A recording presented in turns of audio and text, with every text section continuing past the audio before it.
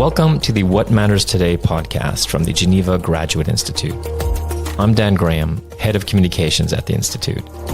In this podcast series, we ask members of our faculty to comment on key global issues. Alors que la Suisse s'apprête à voter le 14 juin prochain sur l'initiative Pas de Suisse à 10 millions, l'initiative pour la durabilité, les questions liées à l'immigration, à la croissance démographique et aux relations entre la Suisse et l'Europe reviennent au cœur du débat public.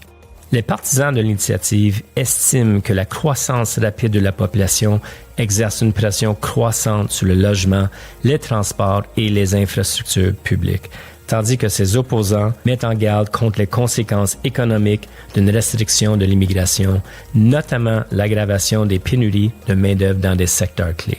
Dans cet épisode en français de What Matters Today, nous explorons les implications économiques et politiques de ce débat, du rôle que joue l'immigration dans la prospérité de la Suisse et aux conséquences potentielles pour les relations entre la Suisse et l'Union européenne, ainsi que pour l'avenir des accords bilatéraux.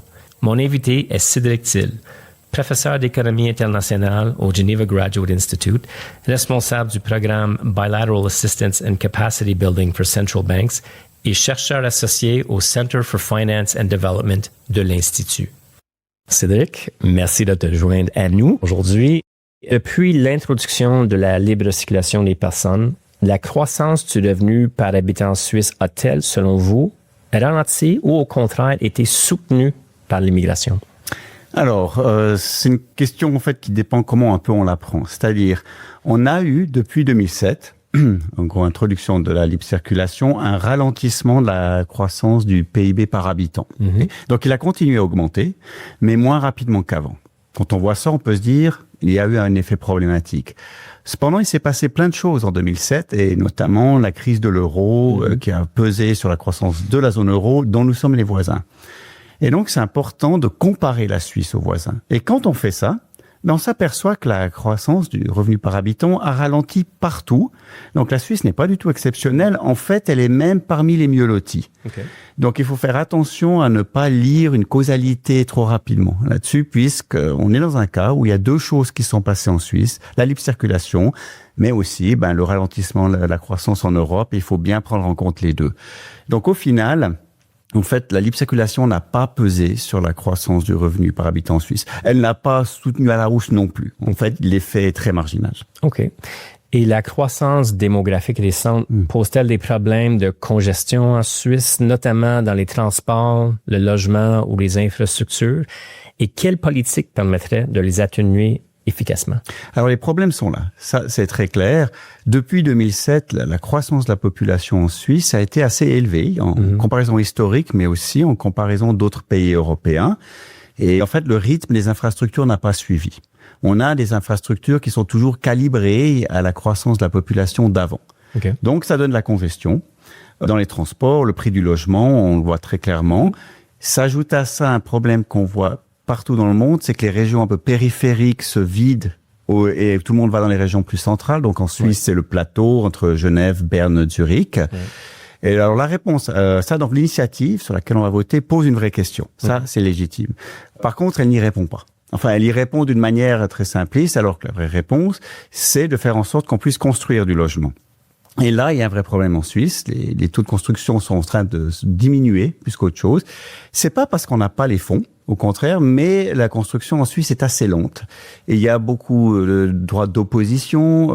C'est un vrai problème à Genève, par exemple. Il faut souvent des années entre le début et puis l'autorisation. Le voisin peut faire opposition. Alors, il y a des bons côtés à faire ça, quand même imposer, mais on a un peu une procédure d'un pays de luxe, entre guillemets. Et là, il y a du travail à faire pour rationaliser tout ça, densifier, etc. Et alors là, il faut être juste que les procédures en Suisse, on s'est un peu reposé sur nos lauriers. Il y a un manque d'urgence de saisir ce problème et du coup, on peut comprendre qu'il y a un certain ras-le-bol parmi la population. Donc la question est légitime, le ressenti tout aussi.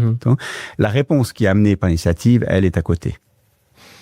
Et dans quelle mesure l'économie suisse a-t-elle besoin aujourd'hui de l'immigration, en particulier dans les secteurs clés comme la santé où les pénuries de main-d'œuvre sont souvent évoquées? Alors, l'économie suisse a toujours fonctionné avec des nations. Donc, même historiquement, on est très fiers en Suisse de nos tunnels transalpins. Le Gothard, qui a creusé le Gothard, c'était les ouvriers piémontais. Donc, on a toujours besoin de ça. Qui a construit les barrages dans les années 50-60? De nouveau, des personnes d'Italie, d'Espagne. Donc, ça a toujours été là. Maintenant, dans les secteurs comme la santé, on a besoin fortement de l'immigration. La Suisse ne forme pas assez de personnel de santé. Et souvent, ceux qui sont formés, au bout de quelques années, renoncent puisque la pression, les conditions sont pas là. Donc, si on ne pouvait pas aller chercher les personnels de santé formés dans l'Union européenne, on aurait de très graves problèmes.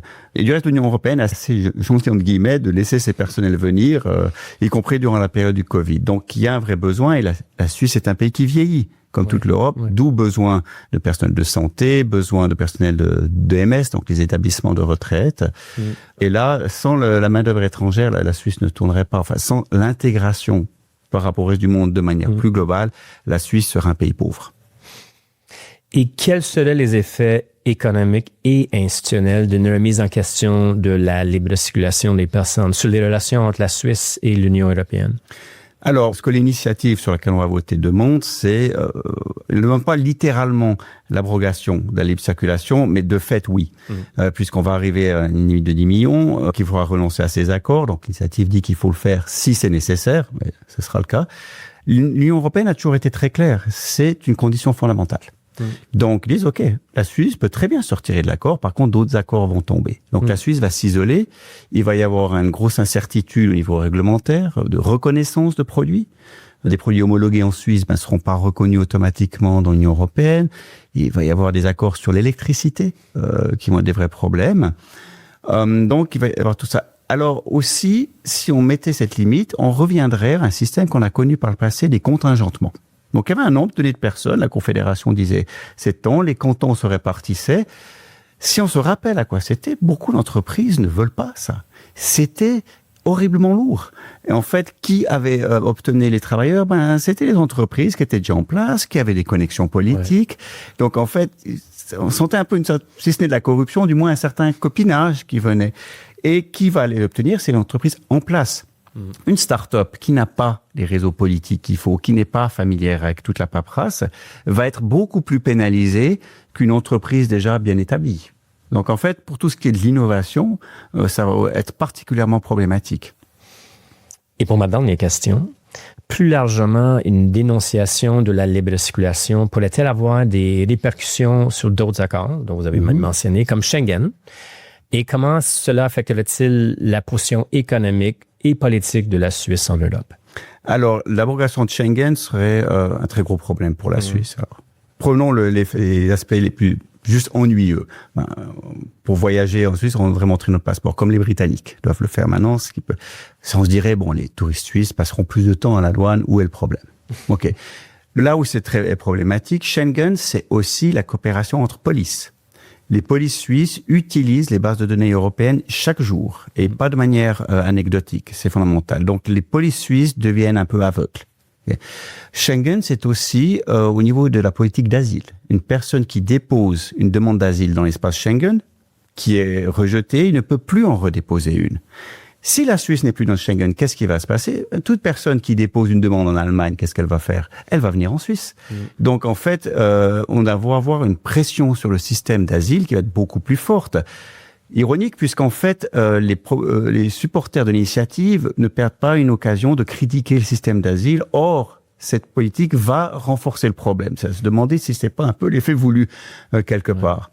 Un autre aspect qui va se produire, l'initiative parle de population résidente, c'est-à-dire de gens qui vivent en Suisse. Or, en Suisse, et dans les régions frontalières en particulier comme Genève, nous avons beaucoup de frontaliers. Okay. Ceux-ci ne sont pas concernés. Donc, qu'est-ce qui va se passer? Imaginons une entreprise, alors qui n'est pas à la frontière, mais dans le Gros de Vaud, okay, qui pour l'instant ne va pas chercher les frontaliers. Si tout d'un coup, elle n'arrive plus à recruter, elle va aller chercher les frontaliers. Donc, le trafic frontalier va augmenter. C'est-à-dire que ce sera encore plus de congestion sur les infrastructures. Et c'est une ironie, souvent en Suisse, ces diverses initiatives qui ont voulu limiter la population, et on a toute une histoire de ça.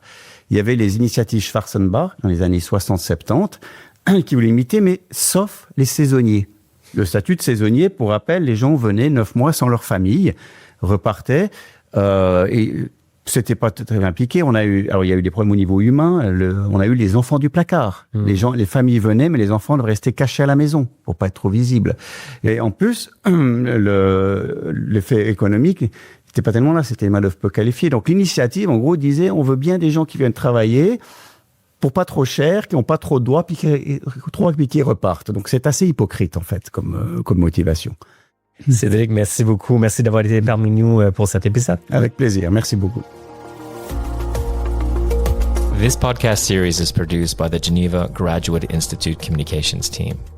For more information about the Institute, please visit our website at graduateinstitute.ch. I'm Dan Graham. Thanks for listening.